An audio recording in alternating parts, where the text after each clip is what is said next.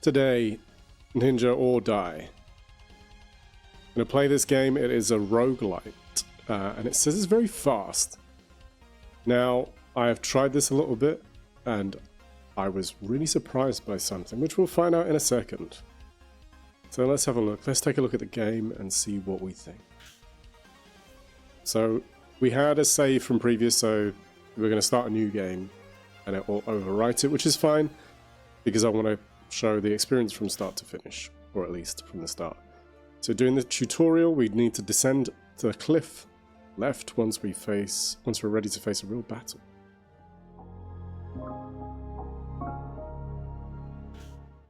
And you'll see the movement is by using the left stick. Oh, we've gone back, that's fine. Okay, back to basics. My mother always said, being nimble was the difference between life and death. I should jump like an arrow in the night. It's too dangerous to stay in one place. I can spring from both the ground and walls by aiming the left stick and pressing the A button. And like, it's useful that here on the screen, they just show you a button position. So yes, the game is telling you A button, but it's saying the bottom of those four base buttons. But zigzag off surfaces, not even vertical walls can stand in my way. So this is the thing that really surprised me, is that the way in which you're jumping is not... The movement, the traversal, sorry, I should say, is not deemed the normal. You're using the left stick to aim, you're using the A button, or X, or sorry, cross, to jump, and that's it. That's how you're moving around. Time to have at the door, it's the green square on my map. And again, quite handy that you've got a map right there.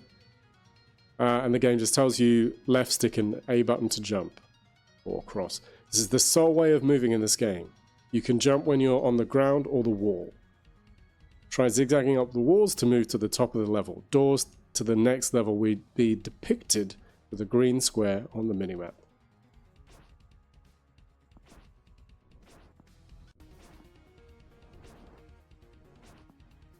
And it's like, it looks like there's something there.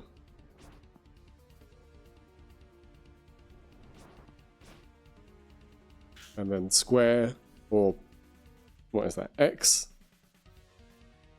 takes you there. I can focus my energy for a massive jump by holding down the A button. Gotta wait for that flash to let me know I'm coiled and ready. When I'm focusing, it feels like the world moves slower, so I can line up my jumps with perfect precision. Stay calm, then move. So what they're telling you there is, yes, while you're jumping, there's a little bit of, for lack of a better term, bullet time or slowdown that allows you to position that and make sure that you're ready. I'm going to hold it down and then jump. So position ourselves.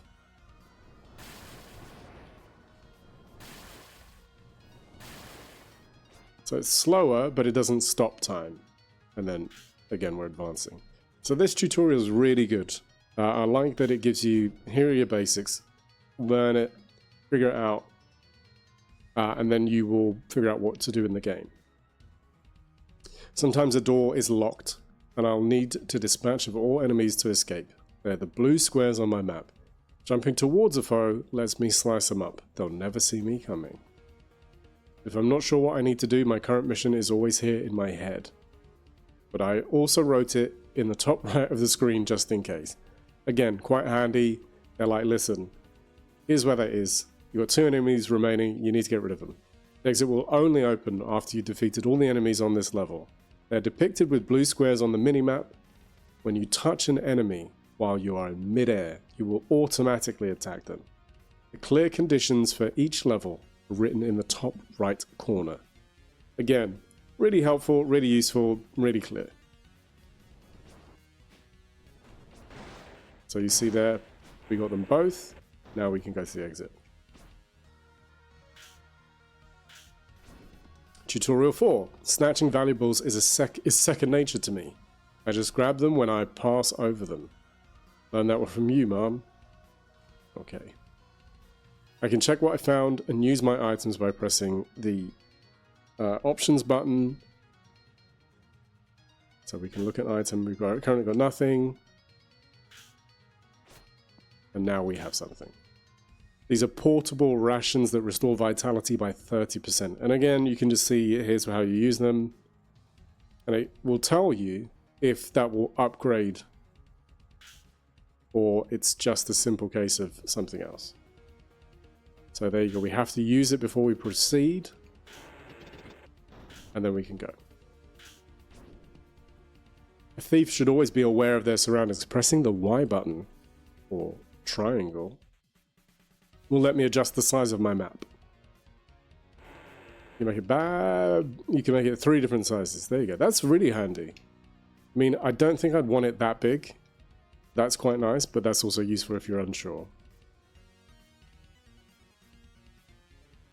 Escape through the door. Again.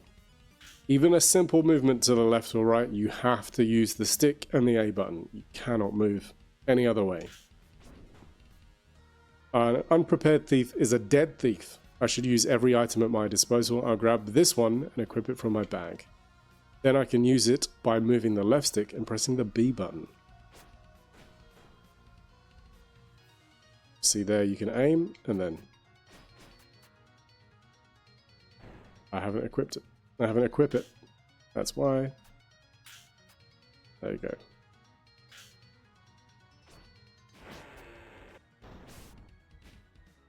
See, I just have to escape. I don't have to kill them. I probably should, though.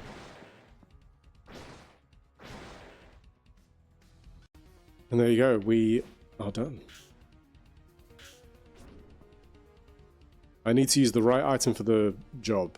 Pressing LB, L1, and RB, R1, will let me cycle through my bag until I find what I'm looking for. No use hoarding things if I'm dead. So that's a really useful thing to keep in mind, is that the game is telling you, you know, it's a roguelike. Use the things. If you don't use the things, you're going to be dead. And there are only some things that carry over to the next playthrough.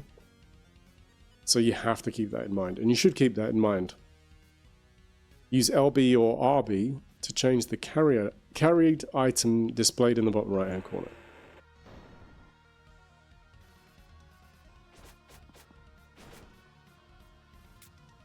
So you see we can equip the sushi and then we can use it by pressing B or circle. And we can change it back to the stone or the rice ball or that. You know, all of that cycles through, really useful. We just need to escape. We leveled up. So one thing I would say is that you need to get used to the traversal. So we have to select the key. And you know, they give you a lot of tutorials. They really want to make sure that you understand the mechanics of the game. Being aware keeps us alive. As a kid, I was always the lookout, tasked with checking the surroundings by moving the right stick. Now, this is the kind of thing that I'm like, yeah, I appreciate that.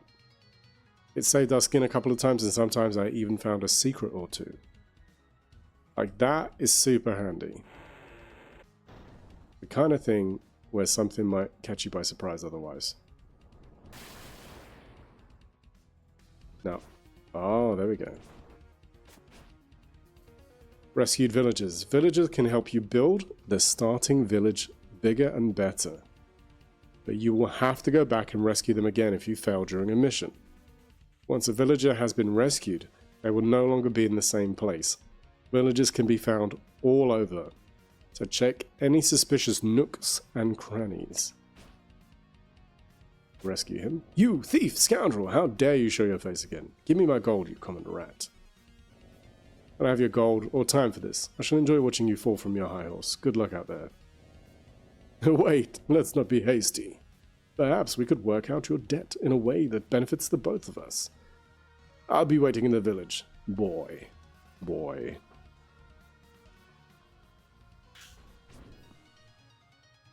I'd be a pretty poor thief if I couldn't dodge a few traps. I can't get hit immediately after I jump, so I should use that to my advantage. The moment you jump, you become immune, so there's some nice iframes when we jump. to attack. Successfully avoid harm by it will extend your immunity time. So use this to your advantage to get past the traps. I'll just do that. Yeah, there you go.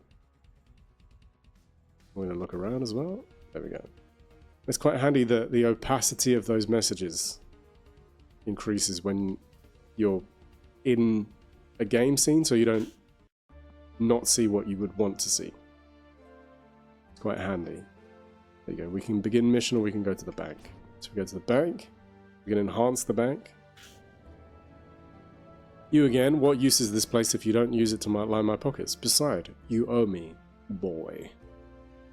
My balance is nothing, so you get nothing, sir. Good day. You lose. Good day. Oh. There we go. Use the carry feature to have... Oh... That loaded really quickly, which is nice, but I was reading that. This isn't the village. Seems the world is constructed of many other places. I need to find a way out. Welcome to our domain, ground dweller. From up here it's clear there is no escape. The view is endless. Demon! Show yourself. And sink at such a low level. No, I don't think we shall. You shall have to meet us where you don't belong. That's what it takes. There you go, Earthen Fortress. And you can save and exit, so you can then just reload, which is quite useful. But then if you ever go to new game, so we'll save and load. Go to new game, it will override that. If you go to load, it will just pick up from where you are. But it will be on that particular marker, no other place. Okay, so the door is locked. You can kind of chain the attacks together, which is quite nice. Don't you yearn to be free? We waste the sky and yet remain tethered. Break away. Let go. Stay with us. You talk of freedom and yet never reach it. None of us do. We are all trapped here. Oh wow. It's a metaphor for life.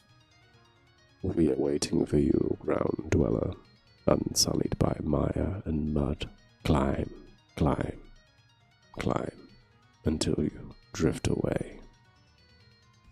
Staying grounded kept me alive all these years. If only Mother had done the same. What? That was tough though, because I would like the opportunity to read what that was saying. I like this way of fighting. I find it interesting that I haven't really used some of the weapons that you get during it. Maybe I should be using Flame Scroll. Okay, that's probably the one time that this can be a little jarring. Is when you just want to do a simple move, you just have to remember it's left stick and A or cross. If the operation fails, you lose your food, scrolls, throwing weapons, and some money. So you can retry and you can end. You retry, we're not going to have any of those souls. It takes us back to the first stage of this. And you can skip this, so you don't have to watch this every time.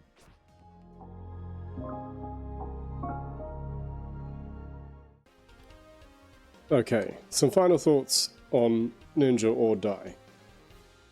It's definitely a unique approach to the roguelite or like genre. Moving, I would say traversing is a little bit difficult at times. I do like that the combat feels quite smooth when you're doing it.